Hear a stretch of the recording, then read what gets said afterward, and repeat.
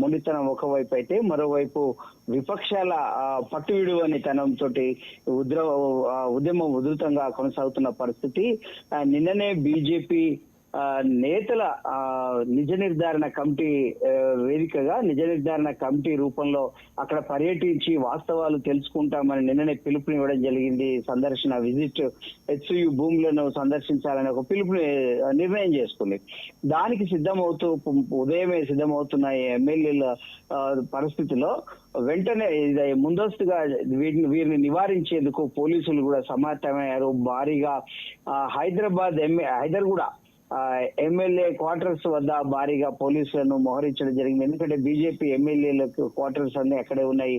ఆ తర్వాత BJP MLA quarters కు చేరుకోకుండా బీజేఎల్పీ నేత ఎవరైతే ఉన్నారో ఎల్ఐటి మహేశ్వర్ రెడ్డి శాసనసభ పక్ష నేత బీజేపీ ఆయనని హౌస్ అరెస్ట్ చేయడం జరిగింది. అలాగే మరోవైపు అక్కడ బీజేవైఎం యువజన మోర్చా, భారతీయ జనతా పార్టీ యువజన మోర్చా కూడా అక్కడ ముట్టడికి అంటే హెచ్సియు విజిట్ కు హెచ్సియు పిలుపు ఇచ్చింది. ఈ కాసేపట్లో అక్కడికి బయలుదేరని సన్నాహాలు చేస్తున్నాయి. కానీ పోలీసులు అక్కడ భారీగా మోహరించి అందరినీ అడ్డుకునే ప్రయత్నంలో భారీగా మోహరించడం జరిగింది. ఎట్టకేలకు ఈ పోలీసులు ప్రభుత్వ ప్రయత్నాలను ఛేదించి అక్కడ భూములను సందర్శించి విద్యార్థులకు సంఘీభావం తెలపాలన్న ఒక సంకల్పంతో అయితే బీజేవైఎం కార్యాచరణ మొదలుపెట్టింది. మరోవైపు బండి సంజయ్ స్పందిస్తూ సంచలన వ్యాఖ్యలు చేశారు. ఇది అటవీ పరిధిలోకి వస్తుంది, అటవీ చట్టాల్లోనే కేంద్ర ప్రభుత్వం పరిధిలో ఉంటాయి కాబట్టి కేంద్రం అనుమతి లేనిదే రాష్ట్ర ప్రభుత్వం ఈ అటవీ భూములను ఏ విధంగా అంటే వేరే వినియోగానికి అంటే వేరే ఇతర ఉపయోగాలకు కేటాయించకూడదు, ఎలాంటి చర్యలు తీసుకోవడానికి వీల్లేదు అని అన్నారు, వ్యాఖ్యానించారు. అదేవిధంగా ఆయన వటా అనే ఒక ఫౌండేషన్ కూడా ఈ అటవీ భూముల పరిరక్షణ చేయాలని హైకోర్టులో పిల్లు వేశారు. ప్రజా ప్రయోజన వ్యాజ్యం వేయడం జరిగింది. ఈ మేరకు హైకోర్టు ప్రభుత్వానికి కౌంటర్ దాఖలు చేయాలని కూడా ఆదేశాలు ఇవ్వడం జరిగింది. ఈ నేపథ్యంలో రాష్ట్ర ప్రభుత్వం ఎలా మొండిగా అక్కడ చెట్లను తొలగించి చదును చేస్తుందని కూడా ప్రశ్నించారు. ఈ రాష్ట్ర ప్రభుత్వం పచ్చదనాన్ని అటవీ భూముల లక్షణాలను చట్ట పరిధిలోకి వచ్చేటటువంటి ఈ భూముల పైన రాష్ట్ర ప్రభుత్వము నిర్ణయాన్ని వెనక్కి తీసుకోవాలి అని కూడా ఆయన సంచలన వ్యాఖ్యలు చేయడం జరిగింది. మొత్తం మీద ఒకవైపు సిపిఎం పార్టీ కూడా వ్యతిరేకంగా ఆందోళనకు పిలుపునిచ్చిన పరిస్థితి. మొత్తం మీద చూసుకున్నట్లయితే ఈ అంశం పైన విపక్షాలన్నీ ఒక్కతాటి మీదకి వచ్చి పోరాడేందుకు సూచనలు కనిపిస్తున్నాయి. ఇప్పటికే బీఆర్ఎస్ పార్టీ నేత కూడా మరొకసారి స్పందించడం జరిగింది. BRS party working president KTR దీని మీద మరోసారి స్పందించారు. నిన్న కేటీఆర్ ను హెచ్సియు విద్యార్థులు కలవడం జరిగింది. ఆ తర్వాత ఆయన తన అభిప్రాయం చెప్పారు, వాళ్ళకి సంఘీభావం తెలిపారు. విద్యార్థుల సమక్షంలోనే తెలంగాణ భవన్ లో చాలాసేపు హెచ్సియు విద్యార్థులు కేటీఆర్ తో చర్చలు జరపడం జరిగింది. అక్కడ వాస్తవ పరిస్థితులు షేర్ చేసుకోవడం జరిగింది. ఆ మేరకు మరొకసారి ఈ రోజు కూడా ఆయన తన స్టాండ్ వ్యక్తం చేస్తూ కేటీఆర్ కూడా వాళ్ళకి సంఘీభావం వ్యక్తం చేయడం జరిగింది.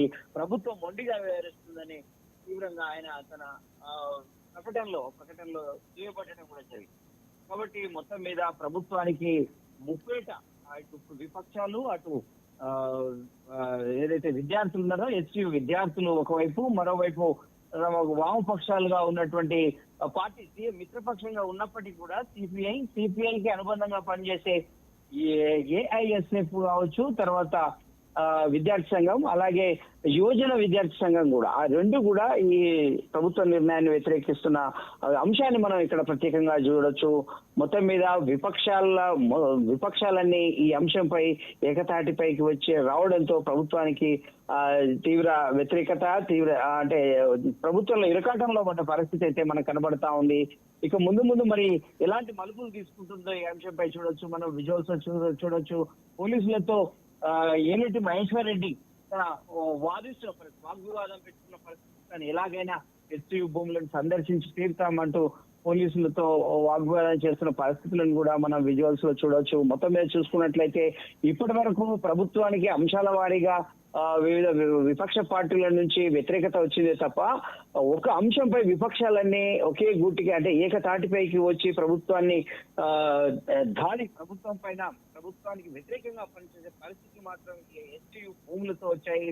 నిన్ననే ప్రభుత్వం తరఫున ఈ భూములు ప్రభుత్వానికి చెందినాయని నిరూపించడానికి ప్రభుత్వ వాదన మరింత బలోపేతం చేయడానికి కొన్ని డాక్యుమెంట్స్ కూడా ప్రభుత్వం వెల్లడించిన పరిస్థితి, వివిధ గ్రూపులలో సోషల్ మీడియాలో వైరల్ చేసిన పరిస్థితి. దీనిపైన భువనగిరి ఎంపీ ఎవరైతే ఉన్నారో చామల కిరణ్ కుమార్ రెడ్డి కూడా తన ఎక్స్ వేదికగా ఈ విషయాన్ని పంచుకోవడం జరిగింది.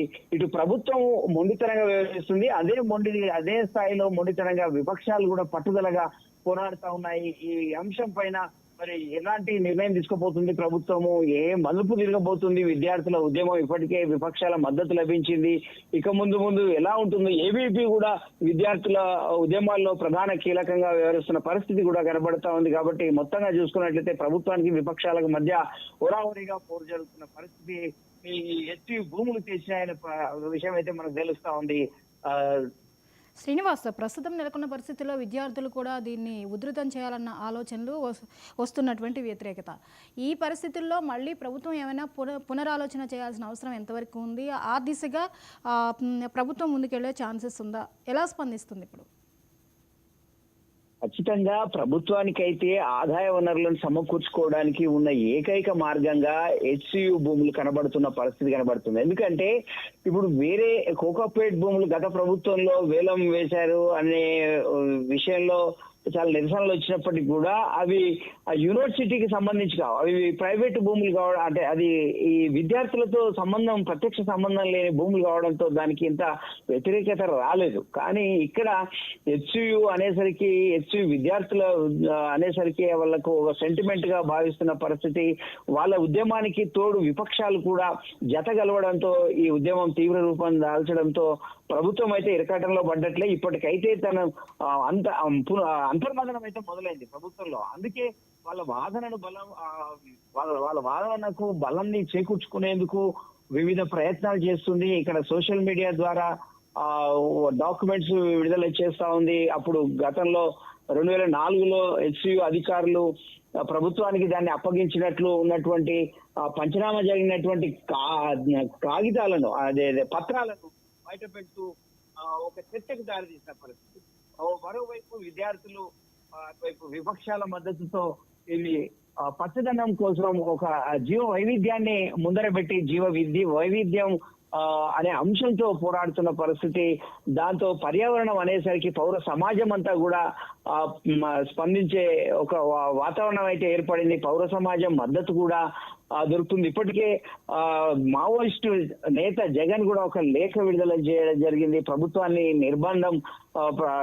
మానుకోవాలి, ప్రభుత్వం నిర్బంధంగా వ్యవహరిస్తుంది, ఆ ప్రభుత్వ నిర్బంధ వైఖరిని మానుకోవాలని కూడా ఆ మావోయిస్ట్ నేత జగన్ హెచ్చరించిన పరిస్థితి. కాబట్టి మొత్తం పౌర సమాజం అంతా ఒకటైనప్పుడు ఖచ్చితంగా ప్రభుత్వాలకు ముందుకు పోయే పరిస్థితి అయితే ఉండదు. గతంలో ఎన్నో ఉద్యమాలు చూసాము, అది విద్యుత్ ఉద్యమాలు కావచ్చు, ఇంకా ఇతర ఉద్యమాలు కావచ్చు. ఏ ఉద్యమాలు అయినప్పటికీ కూడా పౌర సమాజము ప్రతిపక్షాలు ఒకవైపు అయినప్పుడు ప్రభుత్వం ముందు వెళ్ళడానికి అవకాశాలు చాలా తక్కువగా ఉంటాయి. ఇలాగే మొండిగా వ్యవహరిస్తే మాత్రం, ఇంకా ఆందోళనలు ఉధృతం జరిగితే మాత్రం శాంతి భద్రతల సమస్య కూడా వచ్చే అవకాశం ఉంటుంది. ఈ నేపథ్యంలో ప్రభుత్వం ఏదైతే ఆశిస్తుందో పెట్టుబడులు కూడా పెట్టుబడిదారులు కూడా పునరాలోచనలో పడే అవకాశం ఉంటుంది. కాబట్టి ప్రభుత్వానికి ప్రస్తుతం ఏం చేయాలో పాల్పోని పరిస్థితి అయితే నెలకొన్న పరిస్థితి మనకు కనబడతా ఉంది ఇక్కడ. Right, thank you Srinivas. Thank you.